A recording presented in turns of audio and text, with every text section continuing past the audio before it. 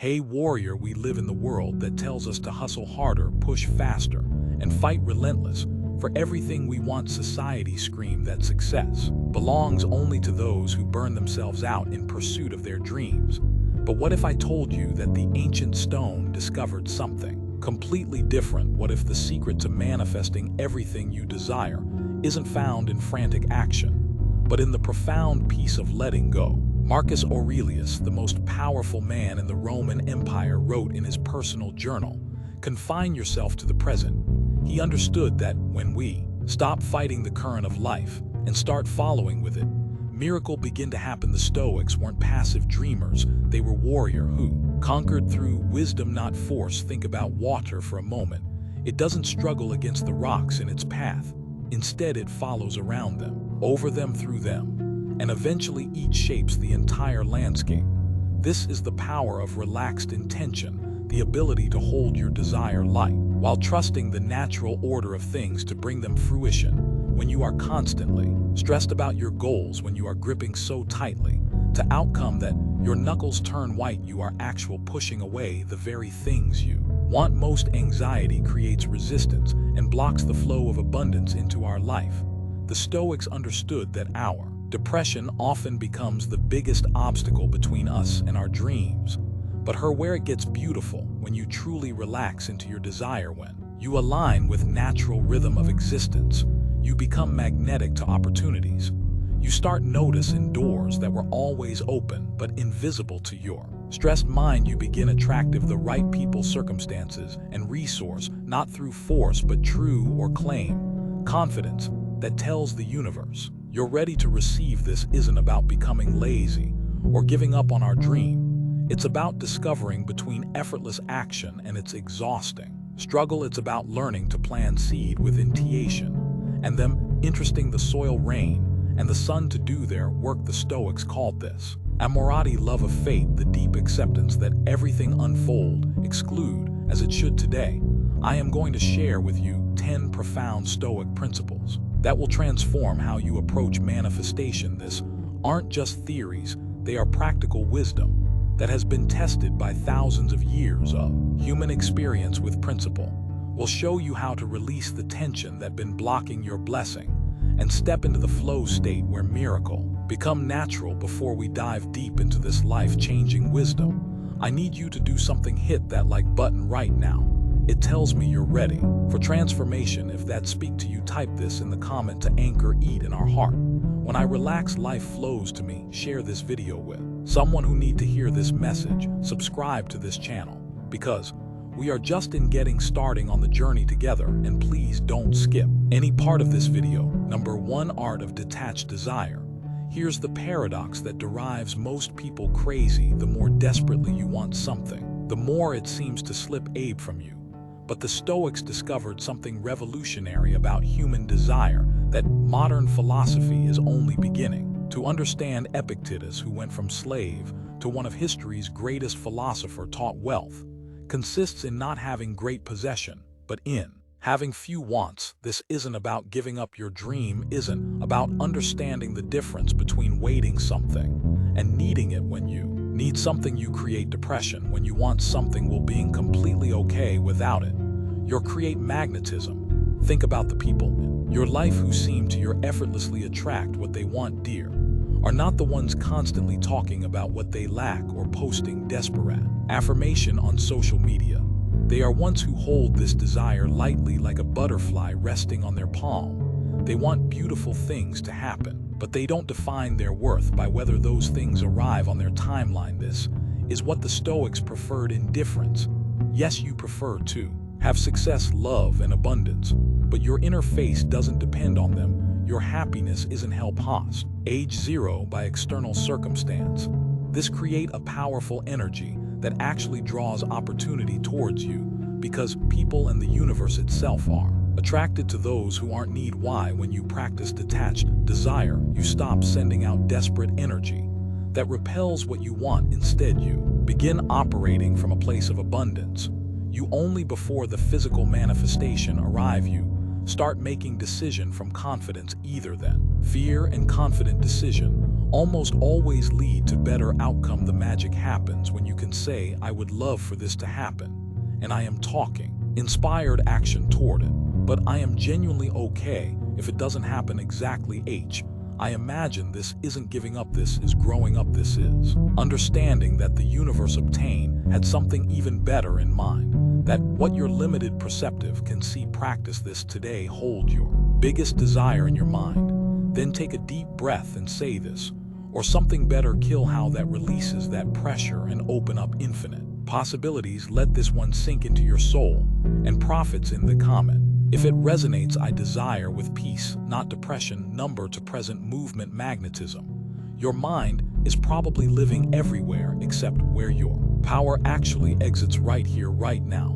Most people spend their days mentally living in future that hasn't happened yet, or replaying a past that can't be changed. But the Stoics understood something profound. All manifestation happens in the present moment, and when you are not her, you miss the magic. Seneca wrote, true happiness is to enjoy the present without anxious dependence upon the future.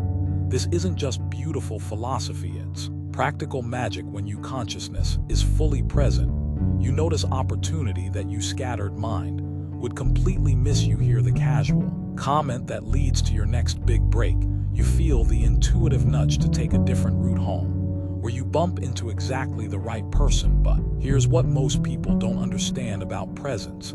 It's not just about awareness, it's about energy. When you are truly present, you're operating at your biggest vibration. You are not carrying that heavy energy of past regret or future anxieties. You're your potential, and that energy is incredibly attractive to both people and circumstance. Think about the most magnetic people you know. They are not the ones constantly checking their phone or talking about what they're going to do someday. They are the ones who look you in the eye when you speak, who seem to have all the time in the world, who make you feel like you're the only person in the room. That presence, and it's magnetic. The beautiful irony is that when you stop living for the future, you create a better future. When you stop trying to escape this moment, this movement become the launching pad for everything you've been dreaming of. Opportunity doesn't exit in tomorrow, they exit in the awareness you bring to today. Your breath is your anchor to the present. Every time you notice your mind wandering into what if, only come back to your breathing. Feel you feet on the ground. Notice there are things you can see, hear, or feel right now. This isn't meditation, this is manifestation. Practice the present. Movement isn't just where you exist, it's where you create. Top living in the waiting room of your life and step into the reality where miracles are happening right now. Number 3, the wisdom of accept resistance. Life is going to give you obstacle, that not a possibility, that a guarantee. But here's separate those who manifest their dreams from those who stay stuck. How you relate to resistance determines whether it become your enemy or your teacher. Marcus Aurelius faced plague, wars, and betrayals, yet he worked the impediment to action. Advance action.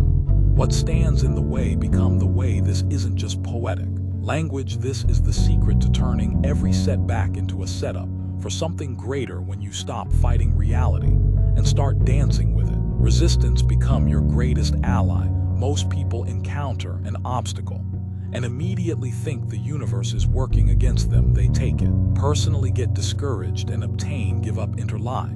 But what if every obstacle is actually the universe way of making you strong, wiser, and more ready for what you're asking for? Consider the oyster and the pearl. The irritation of sand doesn't destroy the oyster, it creates something beautiful and valuable. You are obstacle aren't punishment, they are invitations to grow into the person who can handle the level of success you're requesting. When you accept resistance instead of resenting it, something magical happens. You stop wasting energy fighting what is, and you start using that energy to negative through what is. You become like water again, flexible, persistent, and ultimately unstoppable. This doesn't mean you become passive or that you don't take action. It means you take inspired action. Instead of desperate action, you respond. Instead of react, you look for the lesson in every challenge and the opportunity in every obstacle. The next time something doesn't go according to your plan, pause and ask, how is this actually serving my highest good? What is this experience